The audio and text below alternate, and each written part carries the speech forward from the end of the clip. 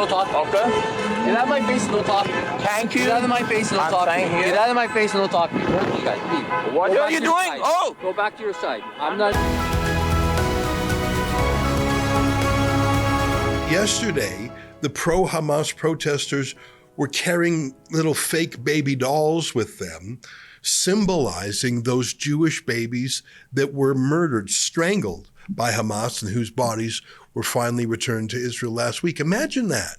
Imagine reenacting the strangulation of little baby children on the street, having a police escort for that, and when a Persian critic comes forward, the Persian is shoved back. Joining me now to talk about that is the man who filmed that footage, as far as I know, Daniel Bordman, citizen journalist, who joins us now via Skype. Daniel, good to see you again.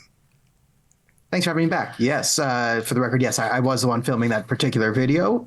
So I was there that day, and that wasn't the first sort of incident we had with Officer Ibrahim. Like, again, he doesn't like Salman and I because Salman went to go counter-protest the regime's big, it's a big terrorist march for, like the Ashura March, which is, sponsored and created by the Islamic Republic of Iran. Salman went there with a sign that said, like, respect human rights in Iran, and got attacked by the crowd. And then we went to the officers to report the assault, and then we were assaulted by Officer Ibrahim while trying to report an assault, and then we were screamed at and whatever. So this is like the beginning of Officer Ibrahim and our relationship.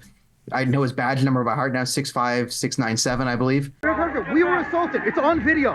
They pushed us to the road and we came to you. Because you're disturbing the peace. No, we didn't tell you to leave. I didn't say anything. Leave. Leave where? Leave. Go somewhere else. We have the right to be here. It's Canada. It's Canada. What happened before this is Officer Ibrahim himself, and I have it posted on my Twitter, I quote tweeted that video showing him having a friendly conversation with Farah Ansari, who was arrested at Bathurst and Shepherd a few weeks ago for assaulting a police officer. So I have him at the tail end of a friendly conversation. Now, you will have to take my word for this particular incident, but I was looking over across the street and I said, is that Officer Ibrahim? And it was. And he came up with a big smile on his face and he approached Farah Ansari, and they approached each other and they gave each other a big hug. They embraced, and then they were having this cordial chat for a while. And Farah Ansari, I noticed her because I was in India when that happened. So I just noticed her because I had filmed her. That's also my Twitter. She was dancing with some stuffed animals, mocking the Bibas children. So she was one of the jihadis who was very happy the Bibas children was murdered, mocking the community over the Bibas children quite,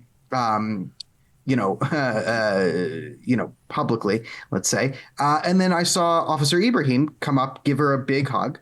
And he's talking with her. So he's willing to have a conversation, a friendly conversation, with someone who's been charged with assaulting one of his literal colleagues, right? This is his police division. But if Salman Sima, a political prisoner, refugee, pro-Canada, comes up politely, respectfully, doesn't get in his face, says, hello, Officer Ibrahim, attacked before even the second word gets out.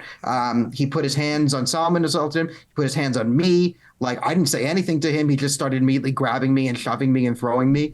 It's very unstable. Either he's mentally unstable or he has a proclivity to side with the ideology of Hamas. These are the only two possible explanations for him. So why is he having a friendly conversation, smiling and hugging someone mocking the dead Bibas children who's been charged with assaulting an officer? And why is he so violent with a citizen journalist and a former refugee? If this were happening 50 years ago, if there were some anti-Semites who were coming down to pick fights in a civilian residential Jewish neighborhood, I think the cops would sort of give them a bum's rush. And if the cops didn't, I think local Jewish men would probably come out with their fists and sort of move.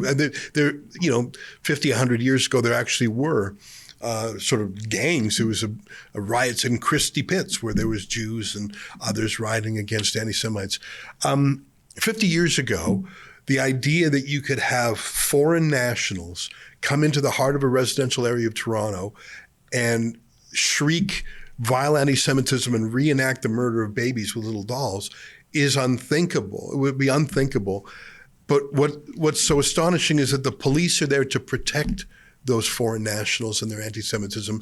And one of the cops, as you pointed out, Officer Ibrahim, seems to be on friendly terms with them. This is happening every single week. And I don't think the Hamas side is trying to persuade anyone. They're so gross. They're so abhorrent. They're celebrating the murder of children. They're diabolical. I don't think they're trying to persuade anyone. I think they're doing something different. I think they're trying to plant the flag and say, we're the bosses here now. Yes. We can come right into the heart of a Jewish residential neighborhood week after week and say the most astonishingly gross things. You can't touch us. If you even come close to us, we'll have you arrested. And if you bring a Persian ally of the Jews, he'll be arrested just for saying hello to the police. This is the new rules now. There's a new sheriff in town. Your country does not belong to you now.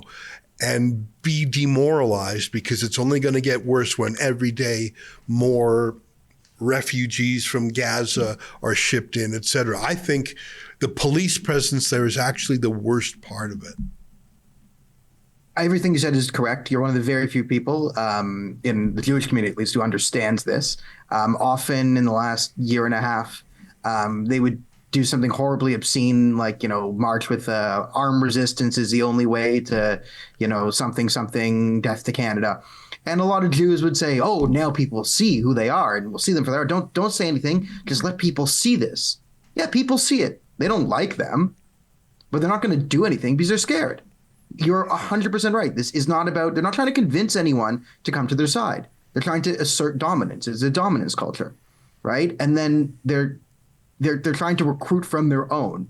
And yeah, maybe they're trying to pick up some ragtag communist 20-year-olds here and there, but it's a pure dominance thing. It's showing that your neighborhoods are our neighborhoods, and you are powerless to stop us. This is what the police have learned. Right. So it's a combination of a lot of things, like, the depolicing and the fact that, even the good cops know that if they see a terrorist supporter beating up a Jew and they tackle the terrorist supporter and he scrapes his elbow and they put handcuffs on him, Olivia Chow will come out and start talking about police brutality. So the thing for the cops on that thing is just, okay, the safest thing is to do nothing. But then they're also taught conflict de-escalation. And they want to just de-escalate at all terms, right? Never enforce the law or do the wrong thing. It's just always de-escalating the situation. But what that ends up happening is the groups that are the most violent and radical end up gaining the power here because they have the threat of violence.